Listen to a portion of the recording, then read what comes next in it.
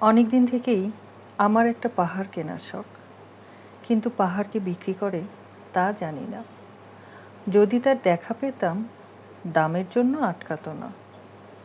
আমার নিজস্ব একটা নদী আছে, সেটা দিয়ে দিতাম পাহাড়টার বদলে।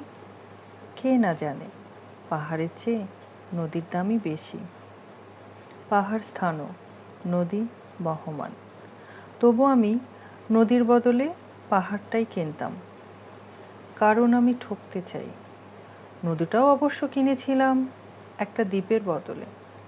ছেলেবেলায় আমার বেশ ছোট্ট খাট্ট ছিমছাম একটা দ্বীপ ছিল, সেখানে অসংখ্য প্রজাপতি। শৈশবে দ্বীপটি ছিল আমার বড় প্রিয়। আমার যৌবনে দ্বীপটি আমার কাছে মাপে ছোট লাগলো। প্রবহমান ছিপছিপে তন্বী নদীটি বেশ পছন্দ হলো আমার। বন্ধুরা বলল, ওইটুকু একটা দ্বীপের বিনিময়ে এত বড় একটা নদী পেয়েছিস, খুব জিতেছিস তো। তখন জয়ের আনন্দে আমি বিহ্বল হতাম। তখন সত্যিই আমি ভালোবাসতাম নদীটিকে। নদী আমার অনেক প্রশ্নের উত্তর দিত, যেমন, বলো তো আজ সন্ধেবেলা বৃষ্টি হবে কিনা। সে বলতো, আজ এখানে দক্ষিণ গরম হাওয়া, শুধু একটা ছোট্ট দ্বীপে বৃষ্টি।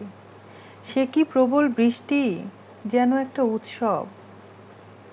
আমি সেই দ্বীপে আর যেতে পারি না। সে জানতো, সবাই জানে, শৈশবে আর ফেরা যায় না। এখন আমি একটা পাহাড় কিনতে চাই।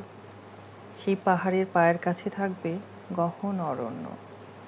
আমি সেই অরণ্য পার হয়ে যাব, তারপর শুধু রুক্ষ কঠিন পাহাড়, একেবারে চূড়ায় মাথার খুব কাছে আকাশ, নিচে বিপুলা পৃথিবী, চরাচরে তীব্র নির্জনতা।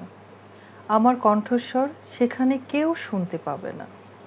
আমি ঈশ্বর মানি না, তিনি আমার মাথার কাছে ঝুঁকে দাঁড়াবেন না। আমি শুধু 10 দিককে উদ্দেশ্য করে বলবো, প্রত্যেক মানুষই অহংকারী। এখানে আমি একা। এখানে আমার কোনো অহংকার নেই।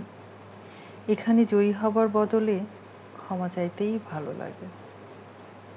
হে 10 দিক, আমি কোনো দোষ করিনি, আমাকে ক্ষমা করো।